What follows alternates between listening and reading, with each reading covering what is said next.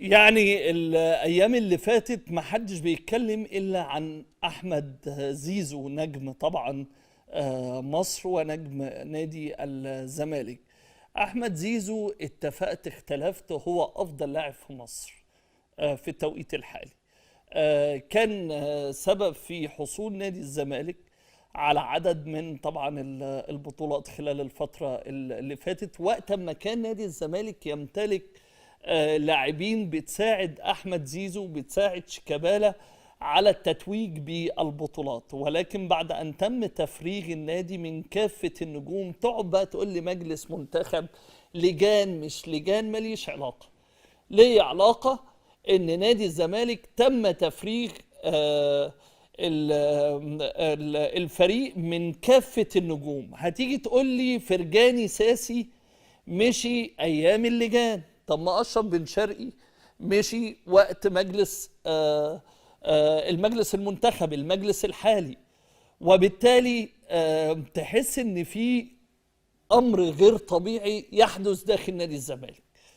تحس ان في مش عايز اقول تعمد، ولكن تحس ان الصراع الاداري الغير طبيعي المستمر الظاهر ما بين مرتضى منصور الرئيس السابق لنادي الزمالك وممدوح عباس الرئيس الاسبق للنادي، وتلا بقى تدخل احمد سليمان، حسين لبيب، مش عارف مين. في النهايه نادي الزمالك اما انك انت تتولى مسؤوليته وتبقى امين على النادي اللي عملك والنادي اللي خلاك الناس ترفع عليك التليفون، او ما تبقاش موجود. ده اللي انا اعرفه. بتكلم بقى الامانه تقتضي، خاصه من المجلس اللي خد طبعا كافه الحقوق من الجمعيه العموميه، وهو المجلس المنتخب، مجلس الإدارة المنتخب. إما أنك أنت تكون قادر على حل المشاكل خلال الفترة المقبلة، أو أنك أنت خلاص مش قد المسؤولية.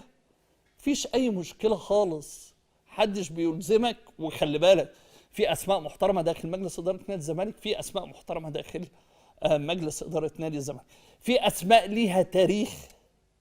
زي وتحديدا مش اسماء ليها تاريخ، هو الاسم الوحيد اللي ليه تاريخ كبير جدا داخل نادي الزمالك هو جمال عبد الحميد.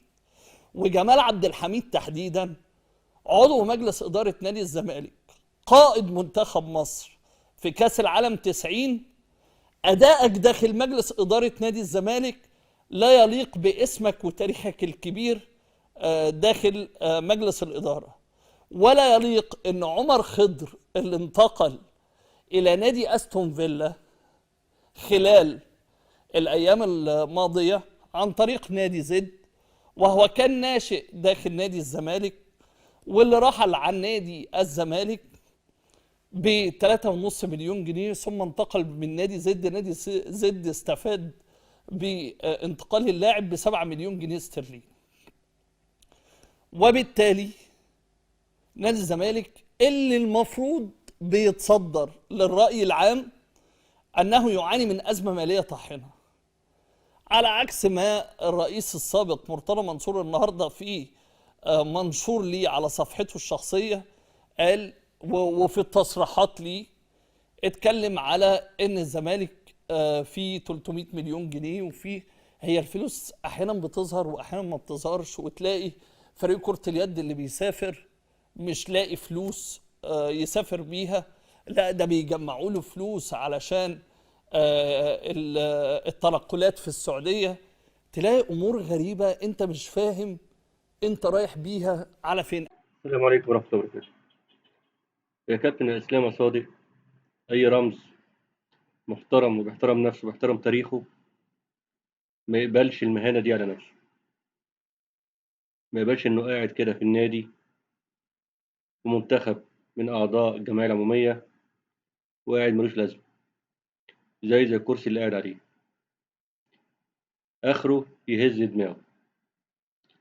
مصطلح هزاز الرؤوس مصطلح ينطبق على أعضاء منتخبين من الجمعية العمومية، المفروض قوتهم مستمدة من الجمعية العمومية، ومع ذلك شغالين هز رؤوسهم لشخص